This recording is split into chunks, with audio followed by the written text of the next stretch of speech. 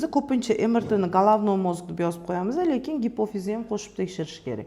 Prolaktin yo'qolmayaptimi, demak bosh miyani ichida muammo bo'lishi mumkin. Ana shu gipofiz bezda. Uni vazifasi prolaktin ishlab chiqarish.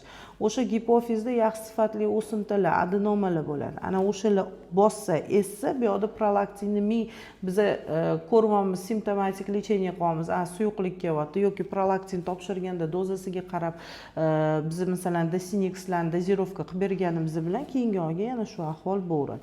Yana bitta sababi uyqu vaqtingiz bilan kun tartibingizni nazorat qiling. 8 soatdan kam uxlaydigan bo'lsangiz ham prolaktin, doimiy stress holatida yurishingiz, oxirgi sabab bu prolaktinni qalqonsimon bez muammolari va nevrologik lecheniyalar qabul qilib yurgan bo'lsangiz ham prolaktin nazorat qila olmay qolamiz. Hammamiz bilamiz, siz ham o'zi besplodiya bilan 5 ta kam уже ginekolog bo'lib ketdingiz, diplomsiz ginekolog faqat. Prolaktin baland bo'lganda homilaga to'sqinlik qiladi. Lekin muammo faqat prolaktin bilan emas bu yerda. Boshqa muammolar ham bor. Ko'kragiga emizib turib homilador